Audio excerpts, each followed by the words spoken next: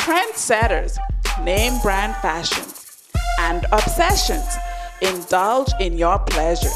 Epic battery, ever producing instant current.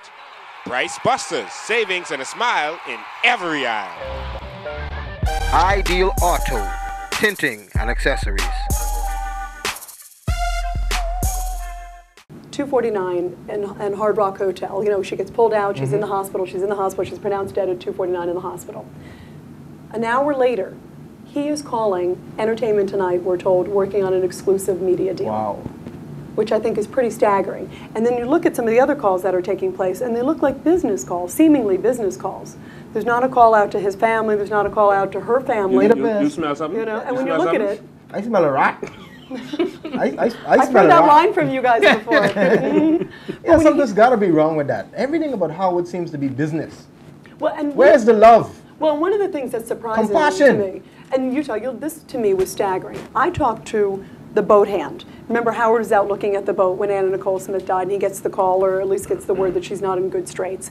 So we know for a fact they leave the room. He's out looking at the boat, which is a little strange, too, because he never used to leave Anna's side. Mo is also leaving Anna's side, which is a little unusual, too, at this point, too. He's out doing errands, like helping his brother move. Mo said, and he said on television, that what happened was when he got the call from his wife that she didn't look good, and now we're finding out that she was blue, much worse and didn't look good. So gets the call. He calls then, he says he spoke to his wife, then he called Howard with the news, and then he called the hotel liaison to call 911, and then he rushed back. Well, we find out that there's frantic calls back and forth. I mean, not just these few simple calls. There's frantic calls between Howard and the liaison and Howard, the liaison and Mo and his wife. I mean, it's like just frantic series of calls. We're talking, you know, more than a dozen calls, frantic, during this short time period, and no one's calling 911. And the boat hand who was with Howard when he gets that fateful call from Mo, you know, which now that we hear what the wife said, it sounds like she wasn't doing well at all. Like, you know, she's either dead or near death at this point is basically the phone call that he gets. The boat hand told me, and this was surprising, that Howard's reaction was, oh, okay. And then he hangs up the phone, and then he said, it was the weirdest thing. He said he didn't run, he, you know, just kind of walked, but at the time, he started talking to me about a paycheck that he owed me and started talking about boat repairs. And then took his time walking back to the car.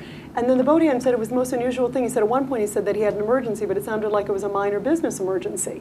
And when the boat hand told me that he saw later on the news that night that that was the fateful call, that he was getting word that his loved one, this person that he loves, was in dire straits, he was stunned. He said that was the most unusual behavior. And sometimes reactions are telling and interesting and could be providing clues in and of themselves. Summing up what was just said, it seems as if though that was as if it was planned or that it was expected.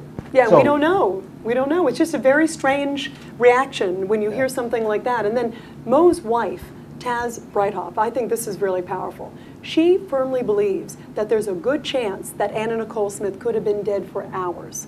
She says she cannot rule that out, that that's a possibility because, remember, she's a nurse by training. And she and Brigitte Nevin, the two of them were left in the room with Anna Nicole, who's sleeping the whole time, so they thought. And then they said, this is really strange. You know, there's something weird. I got to find out what's happening. She's been sleeping for an awful long time.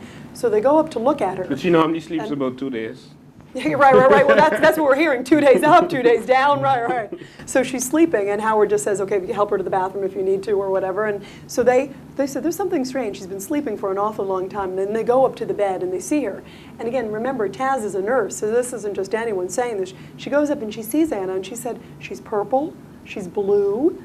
And she knew at that point, these are called lividities. I talked to a lot of medical examiners, and what it is your blood comes up, you know, and you know, after you basically are either dead or near death at that point, that's what happens. So at that point, she could have been dead for maybe a few minutes, or she could have been dead for a few hours. It's hard to tell. And she said by the look of her, when she saw all that stuff on her face and saw the lividities, she said it looked like a woman who in her mind was probably dead for a few hours. And then she couples that with some weird behavior that she says she saw from Howard K. Stern. And she says, there's something that doesn't add up here. Analyze. Go ahead. You are basically calling, in this book, you are basically calling Howard K. Stern the big bad wolf. Well, I'd say there's a lot of unanswered questions. Is this book Blonde Ambition, or is this book really about a bad guy? It's a book about facts in the case that need to be looked at. And that's what this is. This is a book about where you got to say, wait a minute, this doesn't add up, this doesn't add up, this doesn't add up. And at the end of the day, you have to go, why doesn't the testimony, why don't they match? Especially in the case of Anna Nicole Smith's death. Mo said at first in a TV interview that he was gone for 15 minutes. Well, we know from surveillance tapes he was gone for well over an hour. So the times difference, they don't add up. And then when you hear the story that it was sort of a simple call to here and here and here, now you hear it's frantic calls. So you're not really accusing Howard K. Stern of anything in No, this book. You're just presenting the facts. I'm just laying out the facts, and I'm letting the viewers decide and other people decide however to interpret it. That's what I got from reading this book. Yep. You know, when you sent me the book, she sent me a million copies of the book. You know? I read one of them. You know, not all million. Wait a minute. No. I read one of them. You know, I thought at first that this book, you know, was a Howard bashing book, but after reading it, I was like, this book isn't bashing Howard. You know, this book is really, you know, just giving facts. Absolutely, and that's what I wanted to look at it from an investigative standpoint, not the craziness of the tabloid nature, but what are the facts?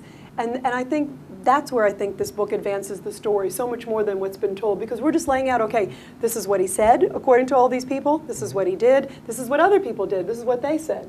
And if you put it all together, I think it paints a really full picture. And I think you're shaking your head going, wait a minute, that doesn't quite add up, you know? I'm thinking, Rita, didn't you work for Howard? No, I never did that. You know, no, she's not E.T. She never worked for E.T. No, I never did. Never did. E.T. works for Howard. Never did. Never did. Never did. I want to read a part. Never will. I promise you that. I make a vow here today. You was never one of Anna's nannies? What's that? Wayne Monroe, Howard's Bahamian attorney, told me that the nannies were fired because they were incompetent and insubordinate. When I asked him about their comments relating to Howard and Daniel's death, he said, I don't expect anything more from ungrateful people. Yeah, and you know what's interesting? No. Howard's team has said, you didn't talk to any of our people in the book. And I said, no, I talked to your attorney.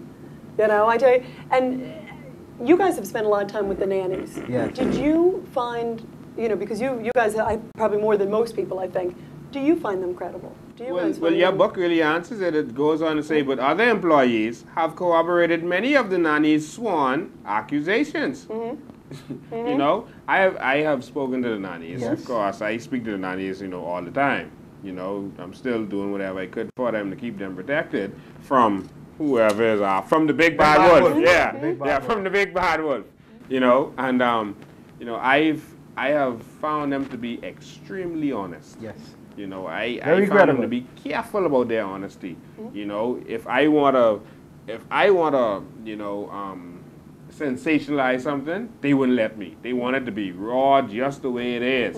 Leave it like that. Tell it just the way it is. Now, what do you guys say? The criticism that that is being sort of spun out there in the U.S. is that they were paid off by one of the attorneys. Ha! Right. They said something about that. The nanny got paid $100 to write an affidavit. Come on, Rita, think now. These girls getting paid. Well, that's the thing. It's funny. These girls. That is all they've received, right? Is that 100, which is pretty, you know. Yeah, that's what they are accused of receiving. All right, we right. don't know that you don't know that 100% for sure. All right, although one of the nannies did say what exactly happened, but I'm about to say it. You know, these girls make over $300 a week. Most Bahamians make $150 a week.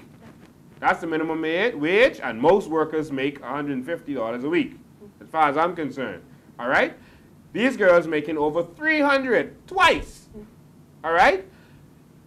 Right, so it's not like $100. You're going to come to them with $100? Right. It's not like $100 is going to change. So you're going to come world. to someone and say, let me give you $100 to save this. Come on. Right. Come on. That doesn't make any... How could a sensible person say that? No. So why do you think that that's the message that Howard K. Stern and his people are putting out? Because Howard he has an effort to discredit everybody dealing with this. Today's show is brought to you by The Audio Plus, your musical store. The Hit Spot, Uniform Depot, Quick Kicks, Love Yourself, Signature Dream Weddings, changing the outlook of weddings forever.